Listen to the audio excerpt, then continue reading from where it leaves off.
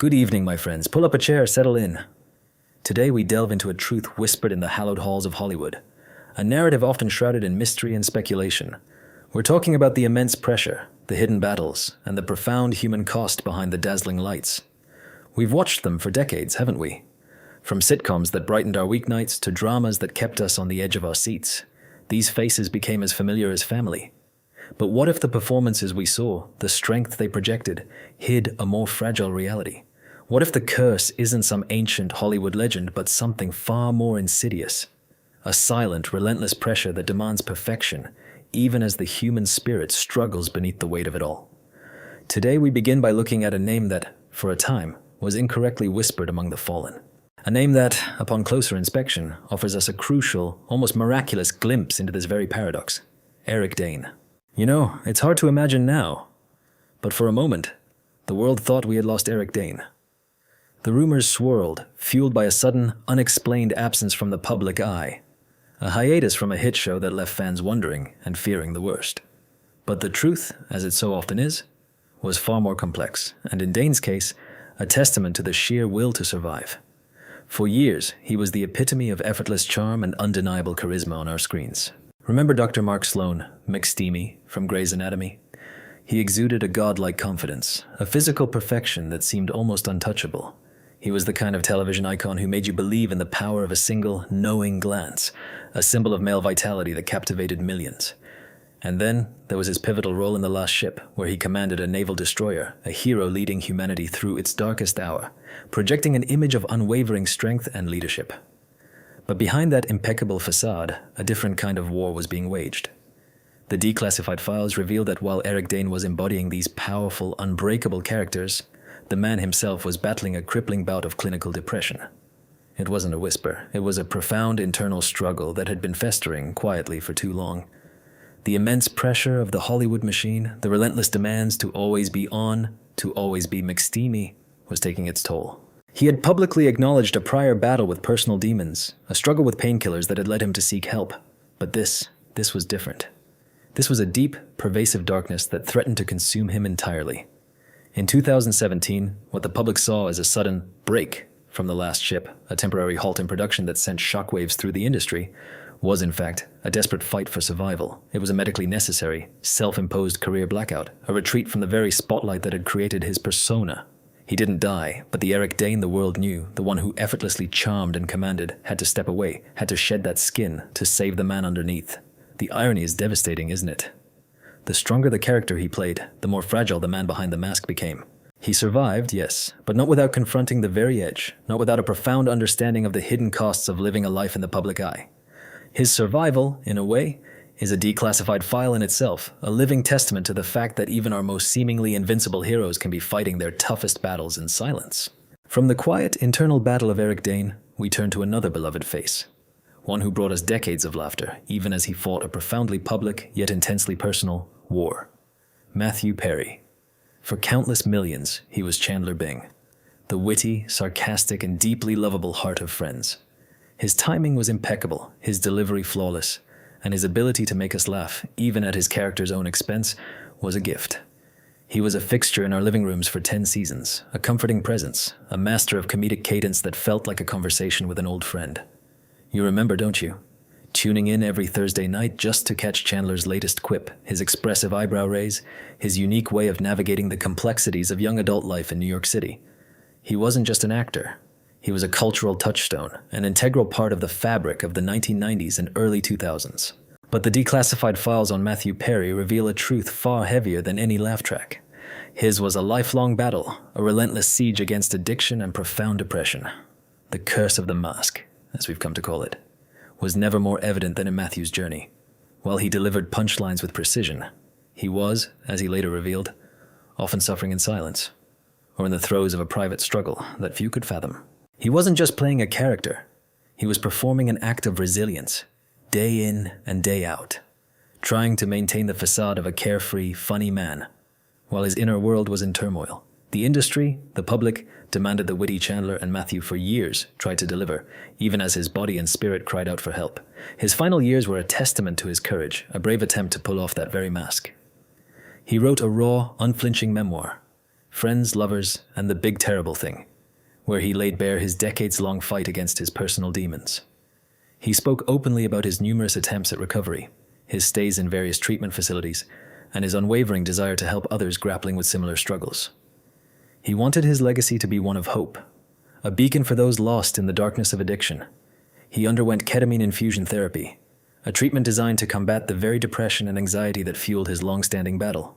It was, in his own words, a path towards healing, a sanctioned attempt to find peace.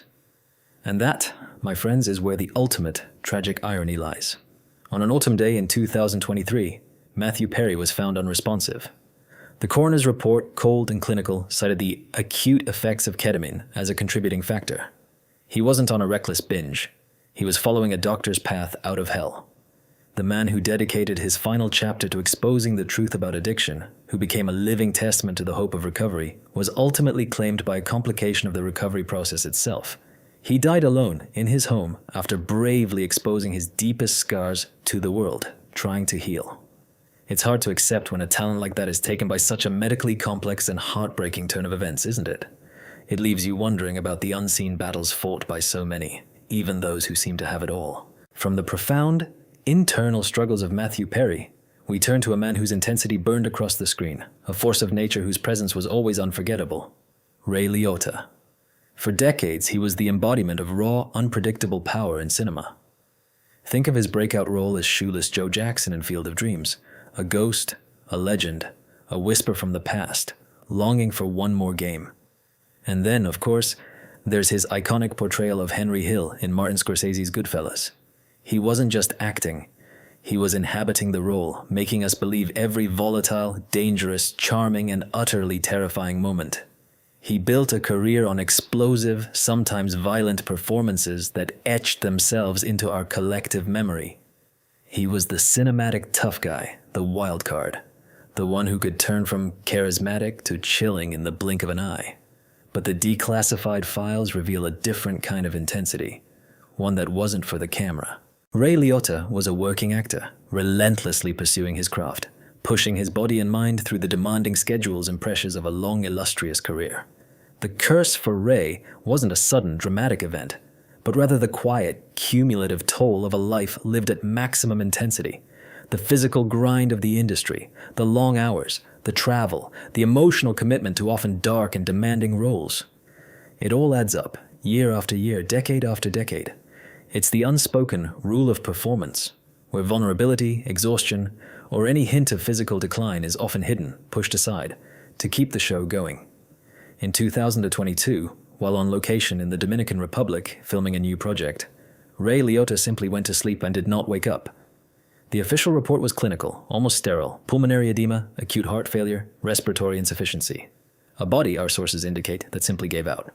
The underlying condition was severe atherosclerosis, a silent enemy that had been progressing over time. This wasn't a sudden random event in the way some tragedies strike. It was the quiet, catastrophic failure of a system that had been under relentless pressure for decades. His body, much like his career, had carried an immense, unseen load until the very end. The final haunting irony is cemented in Liotta's file. A man who built his legend on explosive, unpredictable on-screen violence, the terrifying embodiment of chaos, died in the most peaceful, non-violent way imaginable, in his sleep. The cinematic tough guy, known for brutal endings, didn't get one. He simply ended. The performance was chaos. The man's exit was quiet. It reminds us that even the most formidable figures, the ones who seem invincible on screen, are ultimately just human beings, susceptible to the same vulnerabilities as the rest of us. How often do we truly appreciate our heroes while they are still walking among us, before their quiet exit leaves us with only their vivid memories? From the quiet intensity of Ray Liotta, we shift our gaze to a woman whose presence was anything but quiet. Kirstie Alley. She burst onto our screens with a vivacious energy and a sharp wit that was impossible to ignore. For many of us, she was Rebecca Howe, the fiery, ambitious, and often hilarious manager of the iconic Boston bar and Cheers. She brought a unique blend of vulnerability and strength to the role, making us laugh, empathize, and root for her through every misadventure. Then came the big screen, starring opposite John Travolta in the wildly successful Look Who's Talking films, showcasing her undeniable comedic chops and cementing her status as a beloved leading lady. Kirstie was outspoken, unabashedly herself, and always kept us entertained, whether on screen or in her public life. She was a force, a personality that filled any room or any television screen she occupied.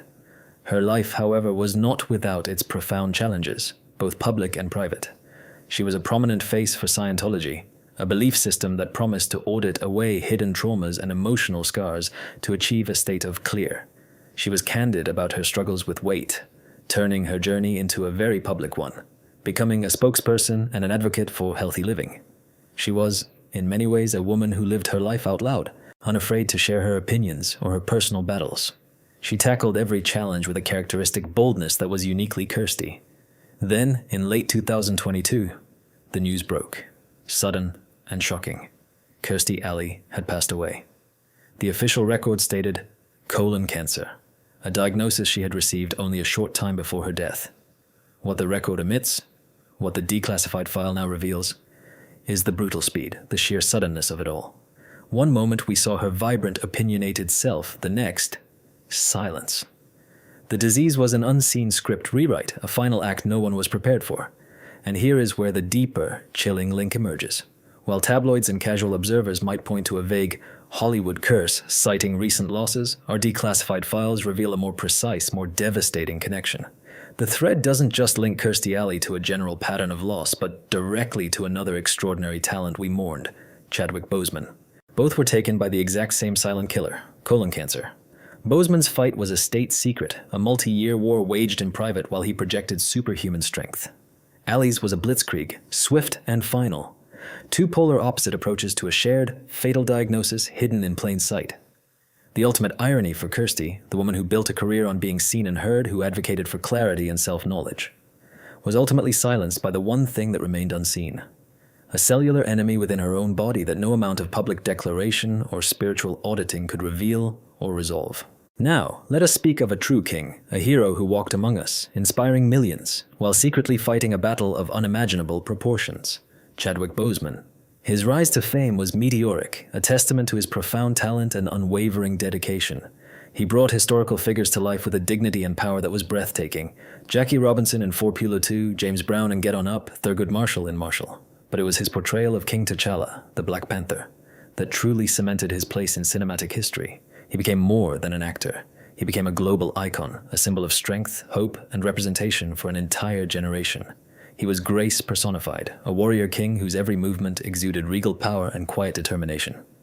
What the world didn't know, what the declassified files now lay bare, is that during these very years of his greatest triumph, Chadwick Boseman was waging a brutal 4-year war against stage 4 colon cancer.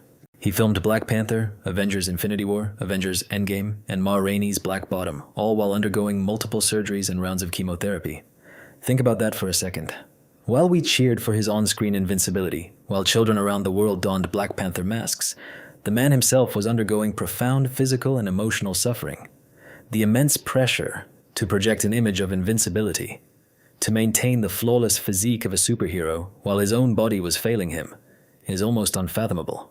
This was the curse in its most extreme form. The industry's demand for perfection, for the show to go on, at the ultimate cost of human vulnerability. His passing in August of 2020 came as a shock to everyone. The public mourned a hero, a talent taken far too soon. But the revelation of his secret battle added a layer of profound grief and awe. He had carried this burden alone, protecting his castmates and the public from the truth, so that his character, his message, could shine untarnished. He gave us so much, even when he had so little left to give of himself. The ultimate, tragic irony is now hauntingly clear. As Chadwick Boseman embodied King T'Challa, an invincible hero from a technologically advanced society that could cure any ailment, the actor himself was being systematically ravaged by a disease he had to hide. He gave the world a powerful symbol of unbreakable black strength and resilience at the exact moment his own body was breaking. The world celebrated the fantasy of his power, completely unaware that the man's true, unimaginable strength was being demonstrated in his silent endurance of an agony the hero never had to face. It's a testament to his incredible spirit, but also a stark reminder of the sacrifices demanded by the dazzling, yet often cruel, world of Hollywood. From the silent, heroic battle of Chadwick Boseman, we turn to a woman whose fight was anything but silent, a battle waged publicly for decades, becoming a beacon of hope and resilience. Olivia Newton-John. Her name immediately conjures images of youthful exuberance, of the sun-drenched, electrifying summer nights of Greece. She was Sandy Olsen, the sweet, innocent girl who transformed into a leather-clad sensation, capturing hearts around the globe. Her music, from I Honestly Love You to Physical, dominated the airwaves, making her a pop icon, a symbol of wholesome beauty and boundless energy. She radiated warmth, kindness, and an infectious optimism that made her feel like a personal friend to millions. I'm sure many of you remember gathering around the living room television to watch Grease for the 10th time, singing along to every word, or dancing to Physical in your living rooms. She truly touched our hearts in so many ways. But behind the dazzling smile and the chart-topping hits, Olivia Newton-John was engaged in a decades-long war. In 1992, she received her first diagnosis of breast cancer. This wasn't a private struggle. She chose to share her journey, becoming an outspoken advocate for cancer research and wellness. She founded the Olivia Newton-John Cancer Wellness and Research Center in her beloved Australia, pouring her energy, her resources, and her very spirit into helping others facing the same diagnosis. She became a global symbol for surviving, for transforming a personal challenge into a message of hope and healing. Her public fight was an inspiration, a testament to her unwavering spirit. Her cancer returned twice more, in 2017 and 2019. Each recurrence a fresh challenge, a new chapter in her long and arduous battle. With each diagnosis, she faced it head-on, with grace and determination, always maintaining her positive outlook, always advocating for research and holistic care. Her final years were marked by both continued public appearances, always with that radiant smile, and a quiet, persistent battle against a disease that relentlessly progressed. On August 8, 2022, Olivia Newton-John passed away. Officially, the file reads, "Complications from metastatic breast cancer." But our sources, and anyone who followed her journey, know it was a war of attrition, a 30-year case file against an adversary she fought with every fiber of her being. The tragic link, the curse that connects her to Boseman, Liotta, and Perry, isn't supernatural. It's profoundly human and biological. It's the stark reality of disease and corporeal failure, the one enemy that cannot be bought off or written out of the script. The ultimate irony? The woman who built an empire on the concept of wellness, who sang Physical, and poured millions into a cancer research center, was ultimately consumed by the very adversary she dedicated her life to vanquishing. Her lasting legacy is a sanctuary for others to heal, built from the profits of a career that sold an image of vitality her own body could not sustain. It's a reminder that even the most inspiring fighters can eventually be overwhelmed, leaving us with the enduring power of their spirit and their contributions. The declassified files tell a story far more intricate than simple headlines. They reveal that the Hollywood curse isn't some spectral force or a dark prophecy. It is instead the immense, often unseen, pressure placed upon these extraordinary individuals. It is the demand to project an unbreakable, charismatic facade while fighting debilitating private battles, be it addiction, profound depression, catastrophic illness, or the relentless strain of career relevance. It's a required public performance while the soul and the body are under siege. These weren't just distant celebrities. They were the faces in our living rooms for 30-plus years. Their stories remind us that behind every dazzling performance there is a human being, with human vulnerabilities and human struggles. They remind us of the fragile line between the characters they played and the lives they lived. So, as we close these files for today, let us remember them not just for the roles they embodied, but for the profound humanity they shared, even in their deepest struggles. Take care of yourselves and hold your loved ones close. Memory is the only thing that truly lasts forever.